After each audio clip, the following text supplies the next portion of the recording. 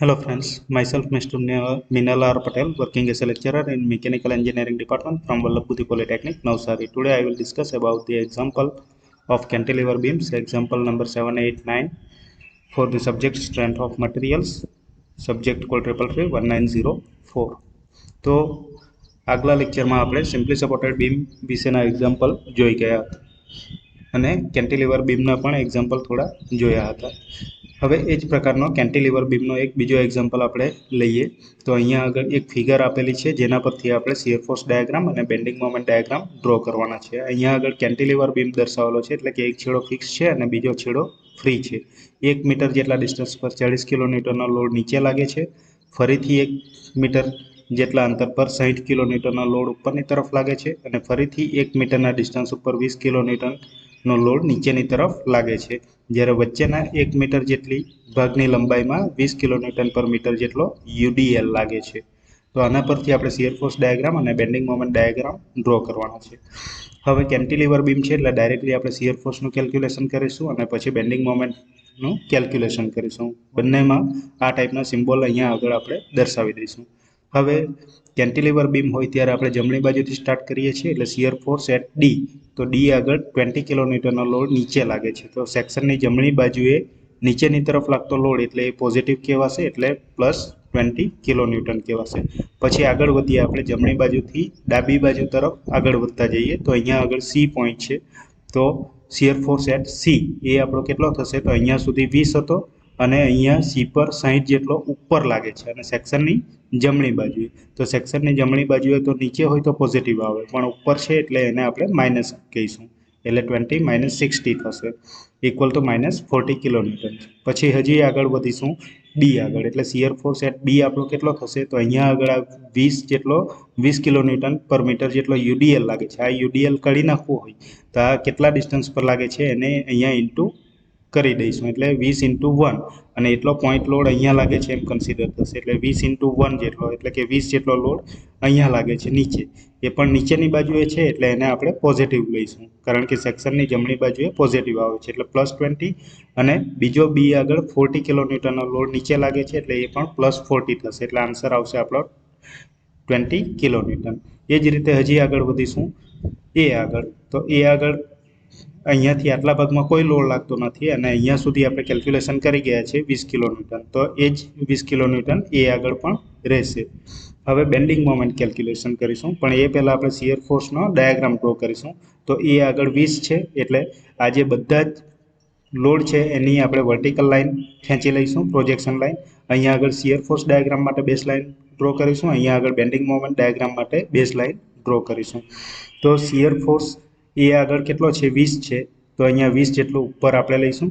બી આગળ shear force 20 છે એટલે બીની લાઇન પર પણ આપણે ઉપર 20 લઈશું. સી પર -40 છે એટલે નીચેની બાજુએ 40 જેટલું લઈશું, અને ડી પર 20 છે એટલે ડી પર ઉપરની બાજુએ 20 લઈશું. તો હવે આપણે ડ્રો કરીશું. આટલેથી આટલા ભાગમાં કોઈ લોડ નથી, તો આ અહીંયાથી આ રીતે સ્ટ્રેટ લાઇન જોઈન્ટ કરીશું. અહીંયા એ આગળ 20 છે એટલે 20 જેટલો ઉપર લઈશું. પછી આટલા ભાગમાં કોઈ લોડ નથી એટલે આડી લાઇન બતાવીશું. આટલા ભાગમાં નીચેની બાજુએ લોડ લાગે છે એટલે નીચે લાઇન બતાવીશું. આ 40 કિલોન્યુટન છે એટલે 40 જેટલી લાઇન બતાવીશું, એટલે 20 તો આ છે અને 20 બીજું નીચે જશે. પછી યુડીએલ લાગે છે એટલે એટલા ભાગમાં આપણે 83 લાઇન દર્શાવીશું. પછી અહીંયા આગળ 60 જેટલો ઉપર લાગે છે એટલે 60 જેટલી લાંબી લાઇન ઉપરની બાજુએ બતાવીશું. અહીંયા આટલું તો 40 છે અને આ 20 બીજું એટલે 60 થશે, અને આટલા ભાગમાં કોઈ લોડ નથી એટલે એને આડી લાઇન વડે દર્શાવીશું. અને અહીંયાથી નીચેની બાજુએ 20 લાગે છે એટલે એ 20ને આપણે નીચે બતાવીશું. હવે બેન્ડિંગ મોમેન્ટ કેલ્ક્યુલેશન કરીશું, તો એમાં પણ આ સિમ્બોલ બતાવી દઈશું. સેક્શનની ડાબી બાજુએ એન્ટી ક્લોકવાઇઝ અને જમણી બાજુએ ક્લોકવાઇઝ હોય તો નેગેટિવ લેવાનું છે, અને છેડા પર બેન્ડિંગ મોમેન્ટ 0 થાય છે એટલે એમ એટ ડી અથવા એમડી = 0. પછી આગળ વધીએ સી આગળ. તો સી આગળ એટલે ક્યાં આગળ, અહીંયાથી આપણે પ્રોજેક્શન ખેંચીએ તો અહીંયા આવશે.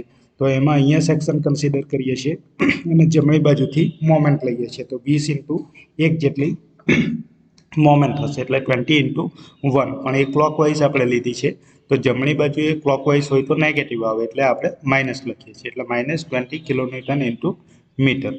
પછી મોમેન્ટ એટ બી આગળ વધીએ આપણે બી આગળ, એટલે આમાં પણ જમણી બાજુએ જેટલા લોડ લાગે છે એટલા બધા લોડની આપણે મોમેન્ટ લઈશું. એટલે આ જે છે તે 20 ઇન્ટુ 2 જેટલું ડિસ્ટન્સ થશે. આ 20 ઇન્ટુ 2 જેટલું ડિસ્ટન્સ. તો 20 ઇન્ટુ 2 જેટલું ડિસ્ટન્સ, પણ એ ક્લોકવાઇઝ મોમેન્ટ છે એટલે એને આપણે નેગેટિવ લઈએ છીએ. પછી આ 60 ઇન્ટુ 1 એટલે અહીંયાથી આપણે આમ આવીએ છીએ એન્ટી ક્લોકવાઇઝ. 60 જેટલો લોડ અને 1 જેટલું ડિસ્ટન્સ એટલે 60 ઇન્ટુ 1 એ પોઝિટિવ થશે, કારણ કે જમણી બાજુએ છે અને એન્ટી ક્લોકવાઇઝ છે. જો ક્લોકવાઇઝ હોય તો માઇનસ આવે, પણ આ એન્ટી ક્લોકવાઇઝ મોમેન્ટ લીધી છે એટલે પોઝિટિવ આવશે. પછી એક બીજો આ લોડ લાગે છે, તો આ યુડીએલ કાઢી નાખું તો અહીંયા 20 ઇન્ટુ 1 જેટલો પોઈન્ટ લોડ કહેવાશે. અહીંયા સેન્ટર પર લાગે છે એટલે 20 ઇન્ટુ 1 જેટલો લોડ અને આપણે બી આગળ પહોંચવાનું છે એટલે ડિસ્ટન્સ ફક્ત આટલું જ, એટલે એ 0.5 જેટલું ડિસ્ટન્સ થશે.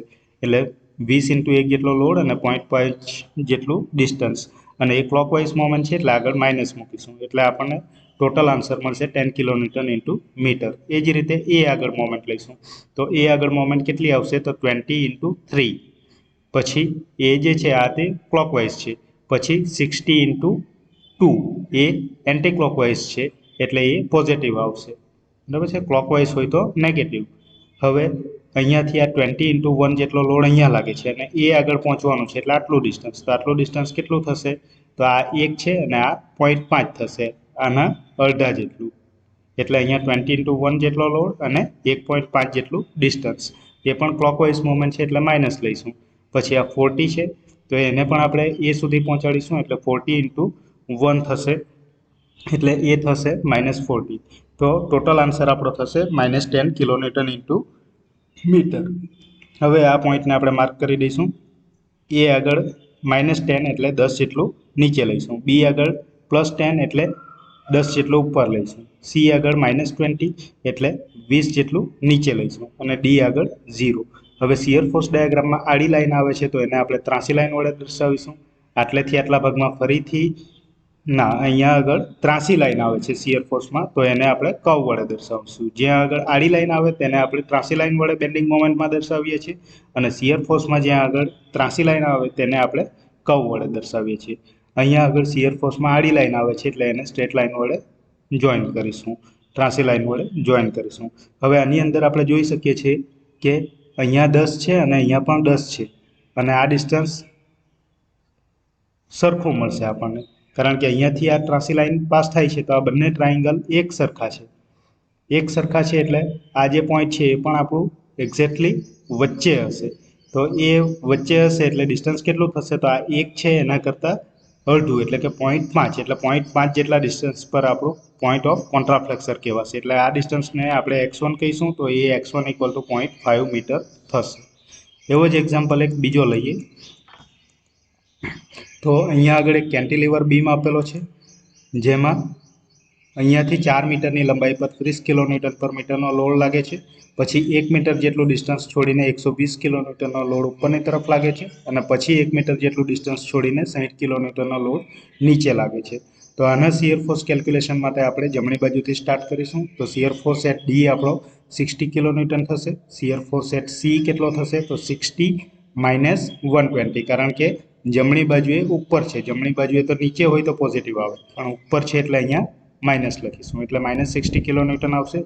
એ જ રીતે આગળ વધીએ બી આગળ. તો અહીંયા આગળ આટલા ભાગમાં કોઈ લોડ નથી એટલે અહીંયા જે આવેલો છે તે જ લોડ આપણે અહીંયા લખીશું -60 કિલોન્યુટન. પછી હજી આગળ વધીશું એ આગળ.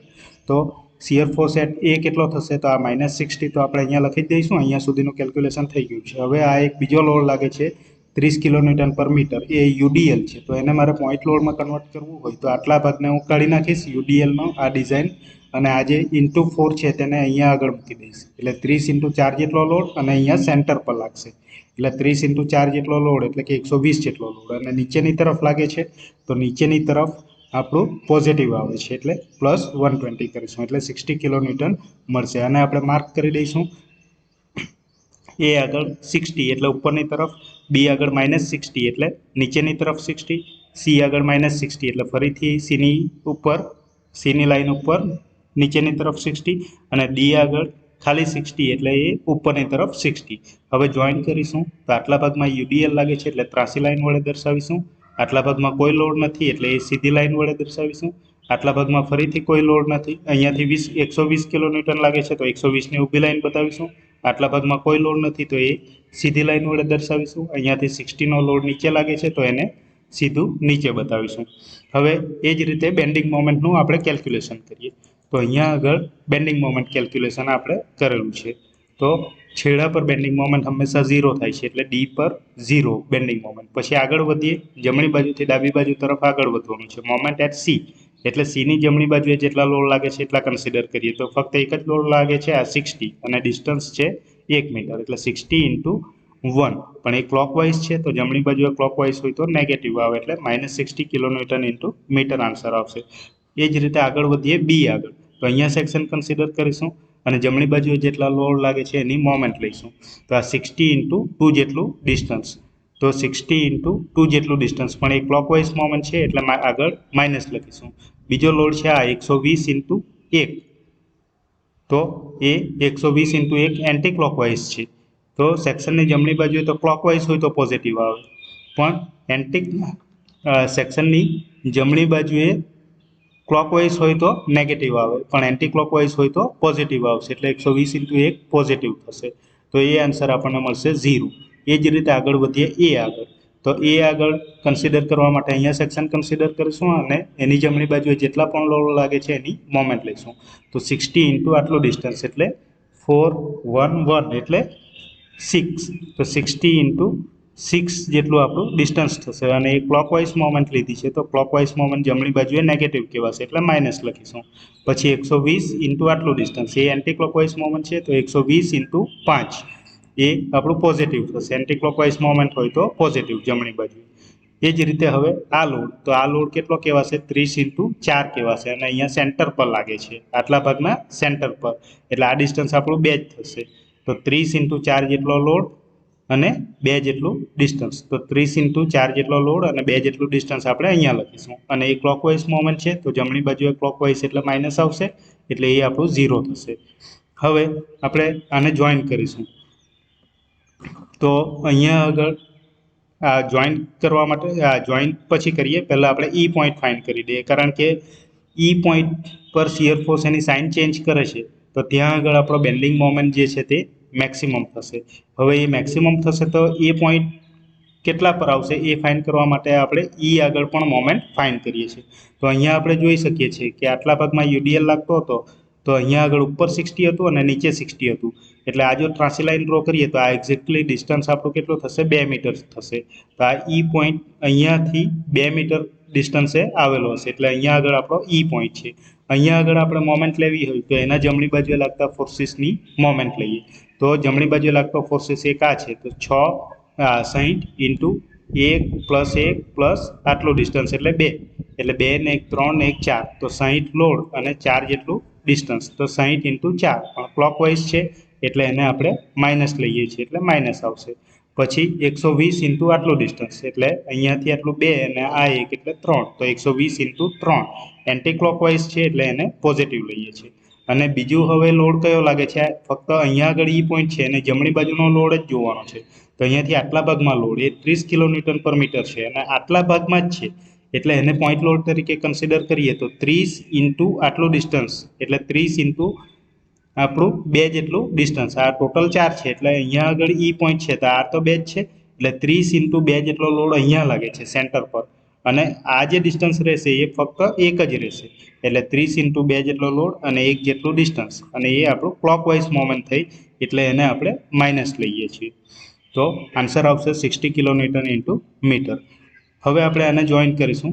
ઈ આગળ 60 છે, પછી એ આગળ 0 છે, પછી બી આગળ 0 છે એટલે અહીંયા પણ 0, પછી સી આગળ -60 એટલે 60 જેટલું નીચે, અને ડી આગળ 0 છે એટલે અહીંયા આગળ. હવે આપણે જોઈ શકીએ છીએ કે આટલા ભાગમાં શિયર ફોર્સમાં ત્રાસી લાઈન છે એટલે એ કર્વ વડે જોઈન થશે. આટલા ભાગમાં ફરીથી ત્રાસી લાઈન છે એટલે એટલો ભાગ પણ કર્વ વડે જોઈન થશે. અહીંયા આગળ આડી લાઈન છે એટલે અહીંયા ત્રાસી લાઈન આવશે. આટલા ભાગમાં ફરીથી આડી લાઈન છે એટલે ફરીથી ત્રાસી લાઈન આવશે. તો અહીંયા આગળ આપણે જોઈ શકીશું કે પોઈન્ટ ઓફ કોન્ટ્રાફ્લેક્સર આપણને ક્યાં મળે છે? તો જ્યાં આગળ બેન્ડિંગ મોમેન્ટ એની સાઇન ચેન્જ કરે છે ત્યાં આગળ પોઈન્ટ ઓફ કોન્ટ્રાફ્લેક્સર મળે છે. હવે બી જે છે તે પોઈન્ટ આપણું પોઈન્ટ ઓફ કોન્ટ્રાફ્લેક્સર છે, કારણ કે અહીંયા આગળ બેન્ડિંગ મોમેન્ટ આપણી શું થાય છે? 0 થાય છે, બરાબર? અથવા અહીંયા આગળ બેન્ડિંગ મોમેન્ટ એની સાઇન ચેન્જ કરે છે, પોઝિટિવ ટુ નેગેટિવ અથવા નેગેટિવ ટુ પોઝિટિવ. અને એનું ડિસ્ટન્સ ફાઇન્ડ કરવાની જરૂર નથી, કારણ કે આપણે અહીંયા આગળ જોઈ શકીએ છીએ કે એ 4 મીટર અંતરે આવેલું છે. એટલે પોઈન્ટ ઓફ કોન્ટ્રાફ્લેક્સર એ બિંદુથી 4 મીટરના અંતરે છે. ઓકે, એક એક્ઝામ્પલ આપણે બીજો લઈ લઈએ. તો અહીંયા આગળ એક ફિગર આપણને આપેલી છે આ ટાઈપની. આ શિયર ફોર્સ ડાયાગ્રામ આના માટે અને બેન્ડિંગ મોમેન્ટ ડાયાગ્રામ ડ્રો કરવાનો છે. તો કેન્ટિલીવર બીમમાં અહીંયાથી ફિક્સ છેડાથી 2 મીટરના અંતર પર 50 કિલોન્યુટન પર મીટરનો યુડીએલ લાગે છે. પછી બી પોઈન્ટ પર 75 કિલોન્યુટનનો ઉપરની તરફ લોડ લાગે છે, અને ત્યાંથી 1 મીટરના ડિસ્ટન્સ પર 50 કિલોન્યુટન જેટલો નીચેની તરફ લોડ લાગે છે. આનું શિયર ફોર્સ કેલ્ક્યુલેશન કરીશું તો છેડા પર પહેલા લોડ કન્સિડર કરીશું આપણે જમણી બાજુના છેડા પર. તો એ 50 કિલોન્યુટન છે અને જમણી બાજુએ પોઝિટિવ એટલે પ્લસ 50 કિલોન્યુટન. પછી આગળ વધીએ આપણે બી આગળ. તો બી આગળ બીજો લોડ લાગે છે 75, પણ એ ઉપરની તરફ લાગે છે એટલે એને આપણે નેગેટિવ લઈશું. તો આન્સર આવશે -25 કિલોન્યુટન. એ જ રીતે આગળ વધીએ એ પર. તો અહીંયા આગળ તો આપણો -25 આવી ગયો છે એટલે -25 લખી જ દઈશું. પછી બીજો લોડ લાગે છે આ 50 કિલોન્યુટન પર મીટર, એને પોઈન્ટ લોડ તરીકે કન્વર્ટ કરીએ એટલે કે આ ભાગ આપણે કાઢી નાખીએ તો આ × 2 અહીંયા કરવું પડે, અને એ લોડ અહીંયા લાગે છે નીચેની તરફ એટલે એને આપણે પોઝિટિવ કહીશું. તો 50 × આ ડિસ્ટન્સ જેટલો લોડ કહેવાશે. તો 50 × 2 જેટલો પોઈન્ટ લોડ, અને એ નીચેની તરફ લાગે છે એટલે એને પોઝિટિવ લઈશું. એટલે આન્સર આપણને મળશે 75 કિલો ન્યૂટન. હવે આપણે આ પોઈન્ટ માર્ક કરીશું. એ પર 75 જેટલું ઉપરની તરફ છે, બી પર -25 એટલે 25 જેટલું નીચેની તરફ છે, અને સી પર 50 કિલોન્યુટન એટલે સી પર 50 જેટલું ઉપરની તરફ છે. હવે આપણે અહીંયા જોઈ શકીએ છીએ કે અહીંયા આગળ યુડીએલ લાગે છે એટલે શિયર ફોર્સ ડાયાગ્રામમાં એ ત્રાંસી લાઈન વડે દર્શાવાશે.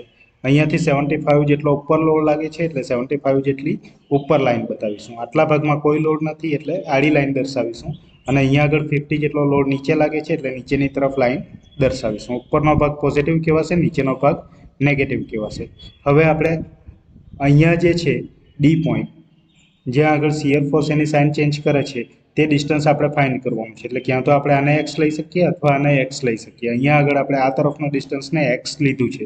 અહીંયા આગળ જોઈ શકીએ છીએ કે આ ટ્રાયંગલ છે, એવો જ એક બીજો ટ્રાયંગલ અહીંયા છે, એને એકરૂપ ટ્રાયંગલ અહીંયા છે. તો એના પરથી આપણે ફાઇન્ડ કરી શકીએ કે પહેલાં આ ટ્રાયંગલ કન્સિડર કરીએ તો આડી લાઈન ડિવાઈડ બાય ઊભી લાઈન એટલે x ડિવાઈડ બાય 25. તો હવે આ ટ્રાયંગલ કન્સિડર કરીએ તો ઇક્વલ ટુ આડી લાઈન ડિવાઈડ બાય ઊભી લાઈન એટલે 2 - x ડિવાઈડ બાય 75. બરાબર છે.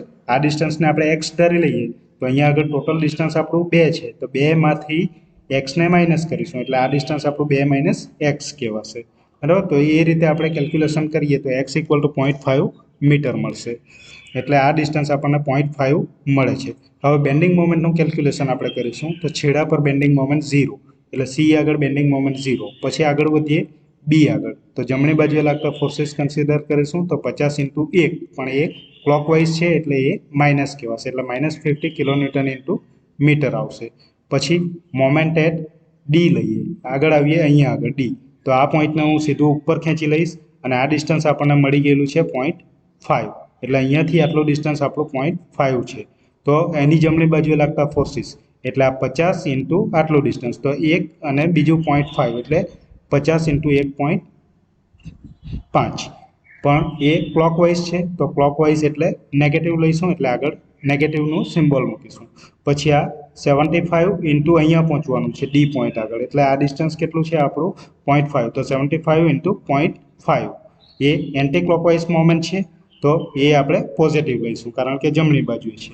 પછી અહીંયા આગળ ડી પોઈન્ટ છે એટલે આટલો લોડ લાગે છે, ફક્ત અહીંયાથી આટલો જ લોડ કન્સિડર કરીએ છીએ. તો આ યુડીએલ છે એને કાઢી નાખવું હોય તો 50 × આ ડિસ્ટન્સ કેટલું છે 0.5. તો 50 × 0.5 જેટલું લઈશું, અને 50 × 0.5 જેટલો પોઈન્ટ લોડ અહીંયા લાગે છે અહીંયાથી આટલા ભાગના સેન્ટર પર. એટલે આ ડિસ્ટન્સ કેટલું બાકી રહેશે અહીંયાથી 0.5નું પણ અડધું એટલે ડિસ્ટન્સ થશે 0.5 ડિવાઇડેડ બાય 2. તો એનો આન્સર આપણને મળશે -43.75 કિલોન્યુટન × મીટર. હવે આગળ વધીએ એ આગળ. તો એ આગળ એટલે અહીંયા સેક્શન કન્સિડર કરીને જમણી બાજુએ લાગતા બધા જ ફોર્સીસ આપણે કન્સિડર કરીશું. તો 50 × 3 આવશે અને એ ક્લોકવાઇઝ છે એટલે માઇનસ આવશે. પછી 75 × 2 એ એન્ટી ક્લોકવાઇઝ છે એટલે પોઝિટિવ આવશે. પછી આજે 50 × 2 2 છે એટલો લોડ અહીંયા લાગે છે સેન્ટર પર. આ 50 છે, આ યુડીએલ કાઢી નાખવું હોય તો આપણે 50 ઇન્ટુ 2 કરવું પડે અને એટલો પોઈન્ટ લોડ સેન્ટરમાં લાગે છે એમ કન્સિડર કરવું પડે. તો 50 ઇન્ટુ 2 જેટલો લોડ અને ડિસ્ટન્સ છે 1 મીટર. તો 50 ઇન્ટુ 2 ઇન્ટુ 1, પણ એ ક્લોકવાઇઝ મોમેન્ટ થઈ છે આપણી, એટલે ક્લોકવાઇઝ મોમેન્ટ એટલે નેગેટિવ આવશે કારણ કે સેક્શનની જમણી બાજુએ છે. તો એનો આન્સર મળશે આપણને -100 કિલોન્યુટન ઇન્ટુ મીટર. દરેક પોઈન્ટ આપણે માર્ક કરીશું. મોમેન્ટ એટ એ -100 છે એટલે એ કરતાં 100 જેટલું નીચે. ડી આગળ -43.75 છે એટલે અહીંયાથી ડી પરથી નીચેની બાજુએ 43.75 લઈશું. બી પર -50 છે એટલે બી પર નીચેની બાજુએ આપણે 50 લઈશું અને સી પર 0 છે એટલે અહીંયા આગળ આપણું 0 પોઈન્ટ થશે. હવે આને જોઈન કરીશું આપણે. આટલેથી આટલા ભાગની અંદર ત્રાંસી લાઈન છે એટલે એને આપણે કર્વ વડે દર્શાવીશું. ફરીથી આટલા ભાગમાં ત્રાંસી લાઈન છે એટલે કર્વ વડે દર્શાવીશું. અને આટલા ભાગમાં શીયર ફોર્સમાં આડી લાઈન છે એટલે એને સ્ટ્રેટ લાઈન અથવા ઇન્ક્લાઇન લાઈન વડે દર્શાવીશું. તો આ થયો આપણો શીયર ફોર્સ ડાયાગ્રામ અને bending moment diagram. Thank you.